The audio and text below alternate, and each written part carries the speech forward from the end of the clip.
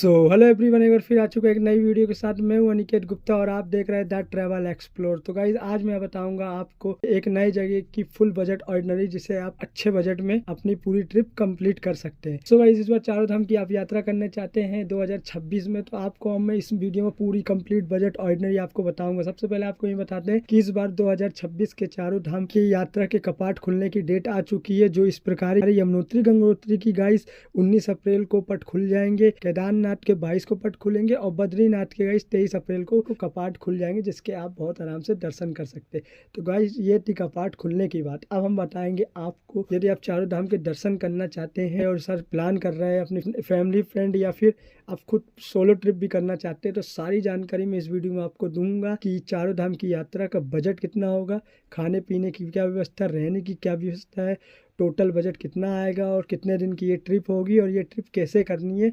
A to Z जानकारी आपको इस वीडियो में हम देंगे कंप्लीट बजट ऑर्डिनरी के साथ। इसलिए इस वीडियो को थोड़ा भी स्किप मत कीजिएगा, क्योंकि इन्फॉर्मेशन काफी अच्छी होने वाली है, जिससे आप इस वीडियो के द्वारा इस चारों धाम की यात्रा का सफर अपन पूरा बहुत ही आराम और आसानी से कर पाएंगे। तो ये वीडियो आपके चारों धाम के लिए काफी मददगार होगी, इसलिए इस वीडियो का लास्ट तक जरूर देखिएगा। भाई चारों धाम की यात्रा के लिए सबसे पहला स्टेप आपका होगा चारों धाम का रजिस्ट्रेशन करवाना। तो रजिस्ट्रेशन करवाने के लिए गाइज आपको उत्तराखंड के चारों धाम यात्रा के ऑफिशियल वेबसाइट में आपको जाना पड़ेगा, जहां से आप ये अपना रजिस्ट्रेशन कर सकते हैं और ऑनलाइन द्वारा भी करवा सकते हैं। बाकी तो आजकल फोन से भी आप आराम से अपने घर बैठे कर सकते हैं। आप एक ही नंबर से 4 से 5 लोगों का रजिस्ट्रेशन कर सकते हैं। यहाँ गाइस रजिस्ट्रेशन के बिना आप चारों धाम की यात्रा नहीं कर सकते, इसलिए रजिस्ट्रेशन करवाना मोस्ट इंपोर्टेंट है। यदि आप रजिस्ट्रेशन कैसे करना है, फॉर्म कैसे भरना है, इसमें आपको क्या क्या जरूरत आएगी, क्या क्या डॉक्यूमेंट लग सकते हैं जिससे आपका रजिस्ट्रेशन कंफर्म हो, ये आपको नहीं पता है तो मेरी इसी वीडियो के नीचे डिस्क्रिप्शन में मैं अपनी रजिस्ट्रेशन ऑल डिटेल वीडियो की लिंक मैं आप इस वीडियो के नीचे दे दूंगा, जिसे क्लिक करके आप वहां देख सकते हैं। तो गाइस क्योंकि इसमें बताऊंगा तो काफी लंबी वीडियो हो जाएगी, इसलिए मैंने रजिस्ट्रेशन की वीडियो ऑलरेडी अलग ही से यूट्यूब पे अपलोड करी है। उसमें गाइस आप चारों धाम की यात्रा के लिए आपको कितने कितने दिन का गैप चाहिए और कितने दिन में आप चारों धाम की यात्रा कर लेंगे, उस हिसाब से आपको फॉर्म फिल करना पड़ेगा, जिसे आप उस वीडियो की मदद से आप कर सकते हैं। तो गाइस ये थी आपकी चारों धाम का रजिस्ट्रेशन कैसे करें उसके ऊपर बात। अब गाइस हम बढ़ते हैं आगे अपने और आगे प्रोसेस के लिए। तो यहाँ पे आपका चारों धाम का रजिस्ट्रेशन कंप्लीट हो गया। उसके बाद गाइस आपको अब तैयारी करनी होगी अपने सेकंड स्टेप की, जहाँ पे आप चारों धाम के लिए अपनी पैकिंग की, जिसको आप सुखद और सुविधाजनक बना सके। उसके लिए गाइस आपको अपनी पैकिंग में जो जो सामान चाहिए, जो वहाँ ट्रैक के समय में हमारे काम आएगी, कुछ इंपॉर्टेंट चीज जिसकी आपको काफी ज्यादा जरूरत होती है, वो आपको मैं इस वीडियो में बताऊंगा। ये आपको स्क्रीन दिख रही है, इसमें आपको पूरी लिस्ट भी दूंगा, जिसे आप पॉज करके पढ़ सकते हैं और या फिर वीडियो पूरी सेव करके रख लीजिए, ताकि बाद में भी आप देखें तो आपको ये इन्फॉर्मेशन मिल सके। जैसे कुछ तो विंटर के कपड़े रखिएगा, जिसमें विंटर में आपका जैकेट हो गई, कैप हो गया, ग्लव्स हो गए, सॉक्स हो गए, और भी जो विंटर में काम आते हैं वो आपको इम्पोर्टेंट है सामान रखना। बात है खाने पीने की, तो गाइस बिस्किट रखिए, नमकीन रखिए, थोड़े चिप्स वगैरह रखिए, ड्राई फ्रूट रखिए, चाहे आप रास्ते में खाए और एनर्जी बने रहे। और साथ में वाटर भी रखे, जिसमें आप रास्ते में थोड़ा थोड़ा पानी पीते चले, उसमें ग्लूकोज मिला लीजिएगा, ताकि इसे पीते रहिए तो आपके शरीर में एनर्जी बने रहेगी, जिससे आपको डिहाइड्रेशन नहीं होगा और आपकी यात्रा काफी आसान और अपनी यात्रा को पूरी कर सकेंगे। गाइस वहाँ मौसम का भरोसा नहीं है, तो इसलिए आपको वहाँ बारिश भी मिल सकती है, इसलिए आपको साथ में रेनकोट वगैरह भी के चलना पड़ेगा। और अपने जो एक बैग लिए रहेंगे पिट्टू बैग, उसके लिए भी एक कवर ले लीजिएगा, ताकि आप भी सेफ रहे और आपका सामान भी सेफ रहे। टैबलेट वगैरह रखनी पड़ेगी, जिससे आप पेन किलर वगैरह रख सकते हैं, और बैंडेज वगैरह रख लीजिए, कभी चोट आती है। स्प्रे रख लीजिएगा, जिससे आपकी मोच के समय वो काम आ सके। तो गाइस ये थी मोस्ट इम्पोर्टेंट चीज, जिसे आपने साथ में ट्रैक में रखना जरूरी है, अपनी यात्रा आराम से कर सके। तो साथ में गाइस कपूर भी जरूर रखिए। कपूर भी एक खास एक इम्पोर्टेंट चीज है।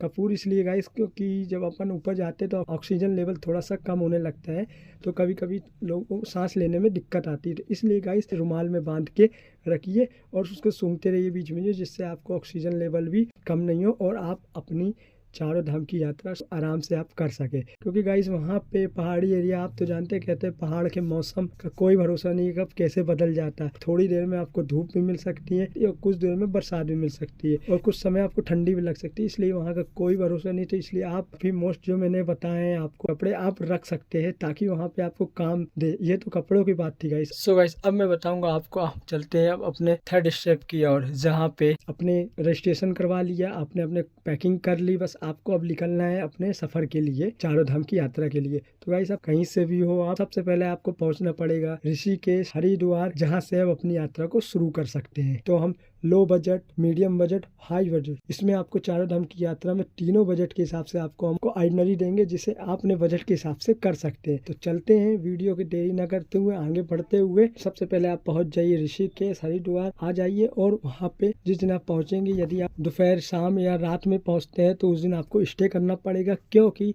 सबसे इम्पोर्टेंट बात यह है कि चारों धाम के लिए आपको जो बस है वहाँ से सुबह 5 बजे के बाद ही चलती है और 8-10 बजे तक ही चलती है। बाकी दिन भर बस नहीं चलती है, क्योंकि लंबा सफ़र होता है, पहाड़ी सफ़र होता है। इसके लिए आपको सुबह ही आपको अपनी यात्रा शुरू करनी होगी। और दूसरे दिन सुबह जल्दी उठ के पहुंच जाइए ऋषिकेश के बस स्टैंड पर, जहां से आपको चारों धाम के लिए बस की शुरुआत होगी और आपकी यात्रा शुरू होगी। यानी कि आपकी सबसे पहली यात्रा गाइस होती है जब यदि आप लाइन से यात्रा करना चाहते हैं चारों धाम की, यानी कि यमुनोत्री, गंगोत्री, केदारनाथ, बद्रीनाथ, तो आपको सबसे पहले ऋषिकेश से सुबह सुबह यमुनोत्री के लिए आपको बस लेनी पड़ेगी।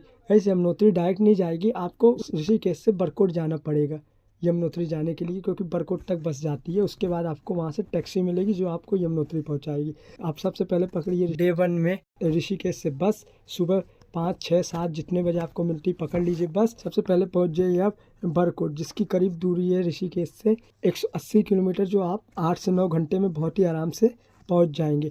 और गाइस जो बस का किराया है बरकोट का, वो आपका 400 से 500 के बीच लग सकता है। मतलब सीजन अकॉर्डिंग गाइस ये रेट ऊपर नीचे भी हो सकता है, तो इसमें आप थोड़ा सा बजट अपने हिसाब से आप देख सकते हैं। समय के हिसाब से इसका बजट चेंज होता रहता है। तो गाइस बरकोट पहुंचने के बाद आप या तो उसी दिन आपके पास समय है तो आप या तो अगली अपनी यात्रा शुरू कर सकते हैं, या तो गाइस मेरा मानना यही कि लंबा सफ़र होने के कारण थकावट हो जाती है, जिसके कारण आपको बरकोट में उस दिन स्टे करना ही होगा। तो वहाँ पे आपको खाने पीने, रहने और की सुविधा काफ़ी सारी है जहाँ आपको मिल सकती है। तो आप वहाँ पे, मेरा मानना है कि आप एक दिन वहाँ पे रेस्ट करिए। तो गाइस आपको होटल वगैरह आराम से नॉर्मल सीजन में आपको 500 से 1000 रुपये, 1200 रुपये में बहुत ही आराम से होटल आपको मिल जाएगी, जिसमें आप स्टे कर सकते। खाने पीने की बात करें तो 300 से 500 रुपये में आप आराम से खा सकते हैं।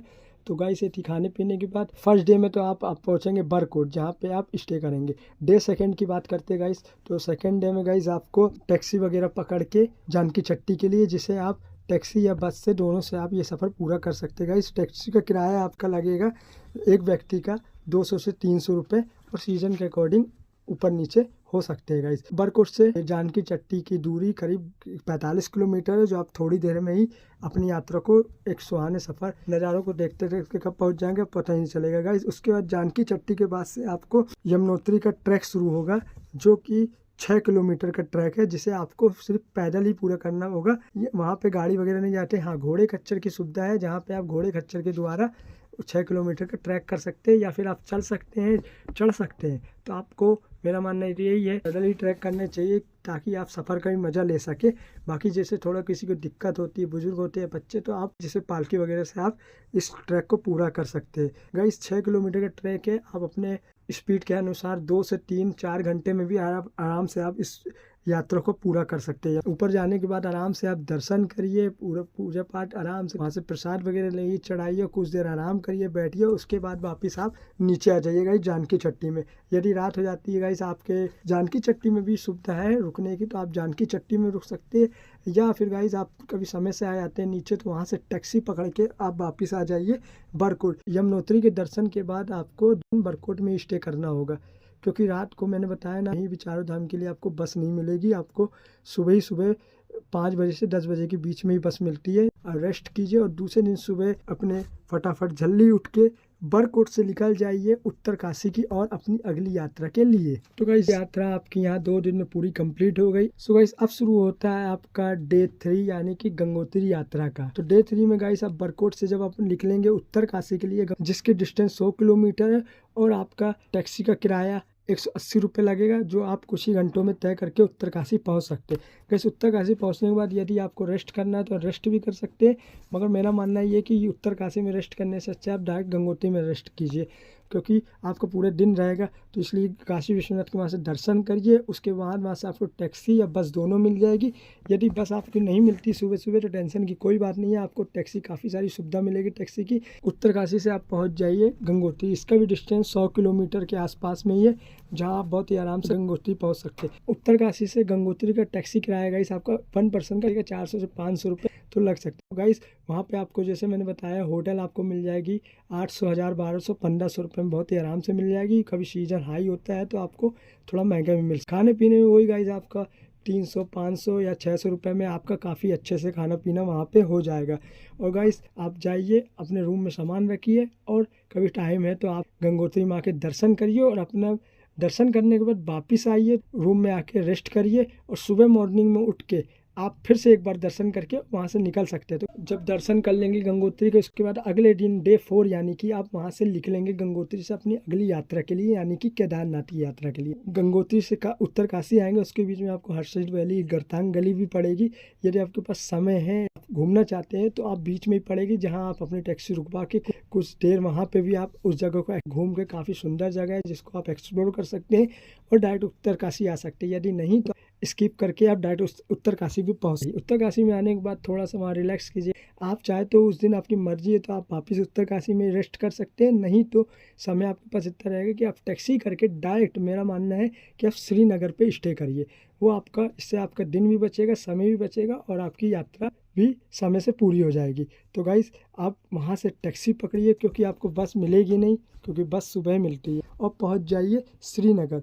गाइस उत्तरकाशी से श्रीनगर की दूरी करीब 180 किलोमीटर है। टैक्सी किराया गाइस आपका पर पर्सन का 500 से 600 रुपये लगेगा। आपको श्रीनगर काफ़ी अच्छे से और समय से आपको पहुंचा देगा।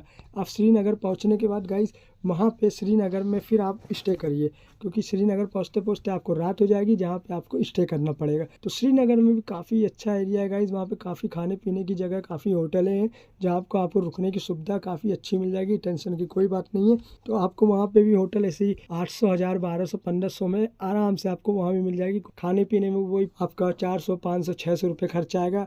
आप खा के रात को बढ़िया रेस्ट कीजिए, श्रीनगर में स्टे कीजिए। श्रीनगर में स्टे करने के बाद डे 5 में गाइस आप श्रीनगर से सुबह मॉर्निंग में उठिए जल्दी और वहाँ से पकड़ लीजिए बस अपने अगले स्टॉप के लिए, यानी कि सोनप्रयाग के लिए गाइस, और जहाँ से आपकी यात्रा केदारनाथ की शुरू होगी। श्रीनगर से गाइस सोनप्रयाग की डिस्टेंस 180 किलोमीटर है और पर व्यक्ति का किराया बस का आपका 300 से 400 के बीच लग सकता है। कुछ घंटे में आप सोनप्रयाग पहुंच जाएंगे बड़ी आराम से, काफी सुंदर नज़ारों के साथ गाइस। सोनप्रयाग पहुंचने के बाद गाइस इतना सफर करने के बाद यदि आप सोचते हैं कि यात्रा हम अगले दिन करें या फिर उसी दिन, तो आप होटल वगैरह भी सोनप्रयाग में भी आपको होटल और खाने पीने की सारी व्यवस्था आप ले सकते हैं। तो गाइस सोनप्रयाग पहुंचने के बाद आपको अगला काम ये करना है कि अपने लगेज को वहीं पे सोनप्रयाग में काफ़ी सारे लॉकर वगैरह हैं जहाँ पे आप अपना सामान रख सकते हैं। ऐसे छोटे बैग का 30-40 रुपये, बड़े का 50-60 रुपये से करीब लगता है, जिसे आप वहाँ पे 24 घंटे के लिए आप अपना बैग वहाँ रख सकते हैं। तो आप अपना सोनप्रयाग में लगेज रखिए, वहाँ पे थोड़ा रिलैक्स करिए, थोड़ा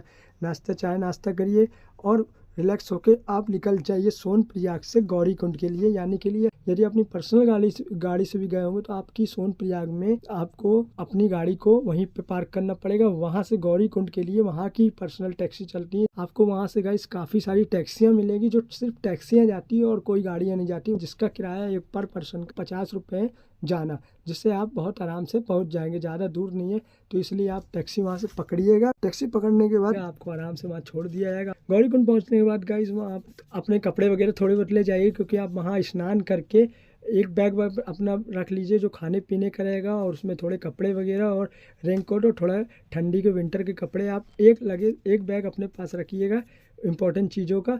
बाकी अपना लगेज आप सोनप्रयाग में ही जमा कर दीजिए। गौरीकुंड पहुंचने के बाद गाइस यदि आप नहाना चाहते हैं, स्नान करके फिर केदारनाथ की यात्रा चढ़ाई शुरू करना चाहते हैं तो आप कर सकते हैं। और वहाँ पहुँचने के बाद गाइस गर्म कुंड वगैरह है, कोई टेंशन नहीं है, ठंडे पानी की गर्म कुंड है। आप वहाँ पे गौरीकुंड में स्नान करिए। स्नान करने के बाद वहाँ पे भी यदि आप सोनप्रयाग में कुछ खाते पीते नहीं है तो केदारनाथ में भी काफ़ी सारे आपको वहाँ पे दुकानें, होटल और खाने पीने की सुविधा मिल जाएगी। तो आप वहाँ से नहा धो के फ्रेश होकर तैयार होकर खा के पी के अपनी केदारनाथ की यात्रा की शुरुआत, चढ़ाई शुरू कर सकते हैं। गाइस ये तो सभी को पता है कि केदारनाथ की चढ़ाई 16 किलोमीटर की चढ़ाई है, तो समय तो लगेगा गाइस, और इसमें आपको जल्दी करने की कोई ज़रूरत नहीं है। बाबा का बुलावा है तो आपको दर्शन भी मिलेंगे, इसलिए आराम से धीमे धीमे अपनी गति के हिसाब से आपको चढ़ाई करनी है।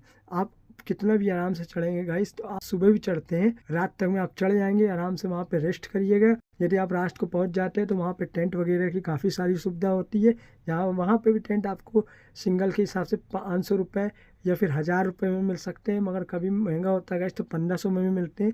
तो आपको टेंट वहाँ पे मिल जाएंगे। तो गाइस आप चढ़ाई के लिए घोड़े, खच्चर, पालकी का भी इस्तेमाल कर सकते हैं। यदि आप नहीं चल पाते या फिर थक गए हैं तो बीच से भी आपको घोड़े, खच्चर, पालकी की सुविधा मिल जाएगी। यदि आप सक्षा में चढ़ने के लिए तो आप 16 किलोमीटर की महादेव के नाम लेते हुए चढ़ जाइए और नज़ारों को एंजॉय करिए गाइस, तो आप पहुंच जाएंगे आराम से। और गाइस यदि आप घोड़े, खच्चर से 16 किलोमीटर की चढ़ाई करना चाहते हैं तो गाइस उसका मिनिमम किराया 3500 से 5000 रुपये तक लगता है घोड़ा, खच्चर, पालकी का, जिसे आप कर सकते हैं। हेलीकॉप्टर से यदि आप ये यात्रा करना चाहते हैं, आपके पास बजट है, आप उससे कर सकते हैं, तो 6 से 8000 रुपये या फिर उससे भी ऊपर उस समय के हिसाब से उसका किराया हो सकता है। तो वहाँ खाने पीने की बात करें गाइस, तो खाने पीने के लिए आपको थोड़ा सा रेट ज़्यादा है, पर गाइस ऊपर आप सुविधा इतनी मिल रही है उसके हिसाब से कोई महंगा नहीं गाइस। वहाँ पे आपको जैसे आप चाय लेंगे तो चाय आपको 20 रुपये की मिलेगी, बिस्किट 5 रुपये वाला 10 रुपये में मिलेगा, और यदि आप पराठे वगैरह खाते हैं तो 80 से 100 रुपये का आपको पराठा मिलेगा। तो गाइस डे 6 में आप सुबह पहुँचने के बाद यदि आप ऊपर स्नान करके केदारनाथ बाबा के केदार के दर्शन करना चाहते हैं तो वहाँ पे काफ़ी ठंड होती है, इसलिए ठंडे पानी से कोई नहीं नहा पाएगा गाइस।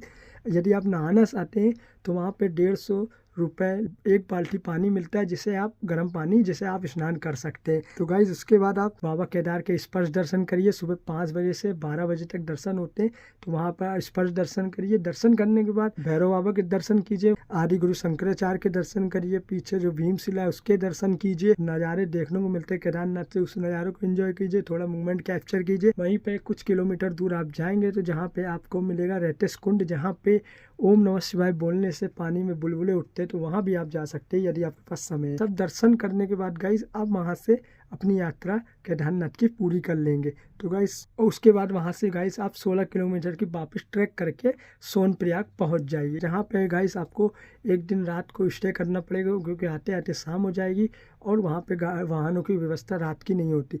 तो आप सोनप्रयाग में गाइस स्टे कर सकते हैं। वहाँ भी होटल आपको 1500 से 2000 रुपये में आराम से मिल जाएगी। मिल शायद 1000 में भी जाएगा इस समय के हिसाब से, पर इतना मान के चलिए आप होटल। वहीं पे खाने पीने की व्यवस्था वहाँ भी खाइए, 500-600 रुपये आराम से खाने पीने में लगे, जहाँ पे आप आराम से खा पी सकते हैं। फिर डे 7 गाइस, डे 7 को आप सोनप्रयाग से वापिस सुबह सुबह जल्दी उठ के बस पकड़िए और निकल जाइए अपनी अगली लोकेशन यानी कि बद्रीनाथ के दर्शन के लिए। गाइस सोनप्रयाग से बद्रीनाथ का किराया लगभग बस का आपका 600 से 700 रुपये 1 पर्सन पड़ेगा, जिसमें आप आराम से बद्रीनाथ पहुंच सकते हैं। 6 से 7 घंटे के अंदर अपनी यात्रा कर सकते हैं पूरी। वहाँ पे रात को पहुँचने के बाद गाइस आप होटल आपको लेनी पड़ेगी, जहाँ पे आप स्टे करेंगे, क्योंकि उस दिन पहुँचते पहुँचते आपको रात हो जाएगी। कभी थोड़ा भी टाइम ऐसा मिलता है, शाम के 6, 7, 8 बजते हैं, तो आप आराम से एक बार बद्रीनाथ के दर्शन करिए और फिर रात को वहीं पे होटल में स्टे कीजिए। होटल आपको आराम से वहीं पे गाइस 1000, 1200, 1500 आपको मिल जाएंगे। और यदि खाना पीना खाइए, खाने पीने में वही 500-600 रुपये आप पे खर्चा आएगा मिनिमम,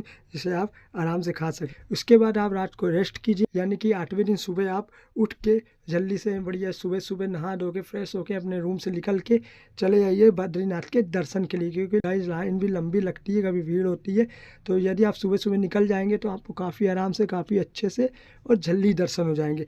वहाँ पे आराम से बद्रीनाथ के दर्शन करिए, क्योंकि बद्रीनाथ में भी काफ़ी सारी चीज़ें एक्सप्लोर करने के लिए आप उस दिन एक दिन में सारी चीज़ एक्सप्लोर कर सकते हैं और अपनी यात्रा आगे बढ़ा सकते हैं। सो गाइस बद्रीनाथ मंदिर पहुंचने के बाद आप वहां पे एक जोड़ी कपड़े भी ले जाइएगा साथ में, क्योंकि वहीं पे गर्म कुंड है गाइस, तो वहीं पे स्नान करके गर्म कुंड में और पहुंच जाइएगा बद्रीनाथ भगवान के दर्शन करने के लिए। आप आराम से अंदर दर्शन करिएगा। दर्शन करने के बाद गाइस और निकल जाइए वहाँ पे सारी जगह को एक्सप्लोर करने।